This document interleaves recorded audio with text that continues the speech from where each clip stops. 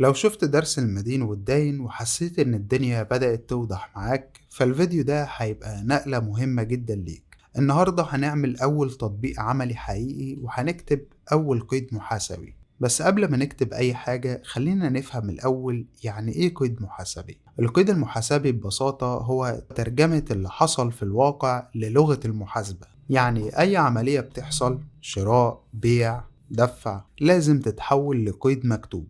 لأن المحاسبة مش مجرد أرقام وخلاص، المحاسبة تسجيل اللي حصل ولكن بطريقة مختلفة شوية.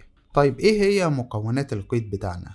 بص يا صديقي، أي قيد محاسبي بدون استثناء بيتكون من 3 حاجات: حساب مدين، وحساب دائن، وبيان يشرح اللي حصل. لو واحدة من ال3 دول ناقصين يبقى اعتبر إن القيد بتاعك مش كامل.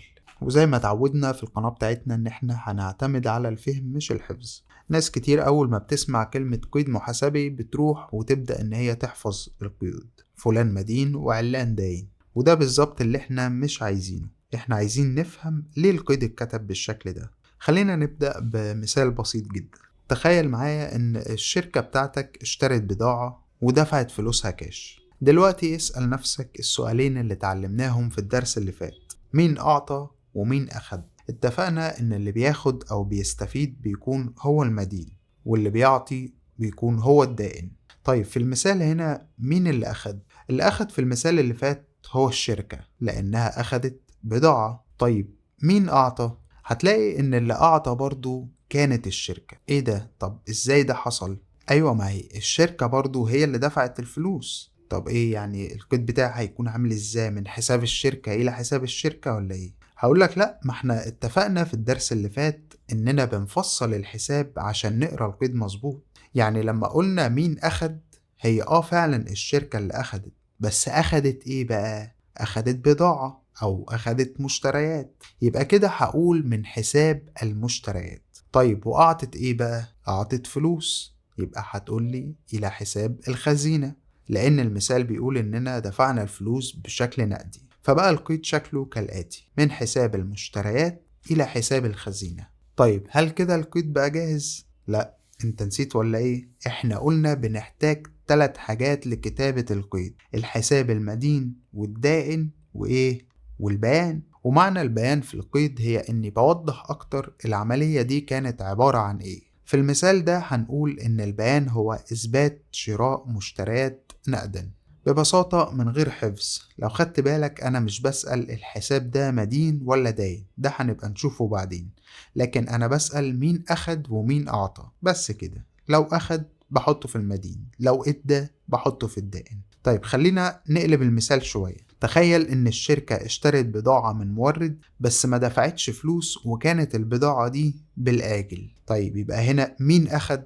مش هقولك بقى الشركة، خلاص انت عرفت اننا بنفصل الحساب، يبقى المشتريات على طول. تمام، يبقى المشتريات بقت في المدين. طيب مين اعطى؟ هتقول لي المورد هو اللي اداني البضاعة. تمام، يبقى القيد هيكون بالشكل الآتي: من حساب المشتريات إلى حساب الموردين. والبيان بتاعي هيكون إثبات شراء مشتريات بالآجل. طيب خليني أقولك على أشهر 3 أخطاء بيقع فيها المحاسبين. أول خطأ إنك تكتب الحساب صح بس الاتجاه غلط، أو إنك تكتب القيد من غير بيان، أو تحفظ من غير ما تفهم مين أخد ومين أعطى، مين استفاد ومين بقى عليه مثلا التزام. لو تجنبت ال3 دول كده أنت هتكون سابق كتير من زمايلك. عايزك بقى تكتب لي في الكومنتات القيد ده: الشركة دفعت إيجار المكتب كاش. لو اتفرجت على الفيديو اللي فات هتعرف تكتب القيد ده بسهولة. اكتب لي الحساب المدين والحساب الدائن والبيان، وما تقلقش حتى لو غلط، اكيد طول ما احنا بنغلط فاحنا بنتعلم.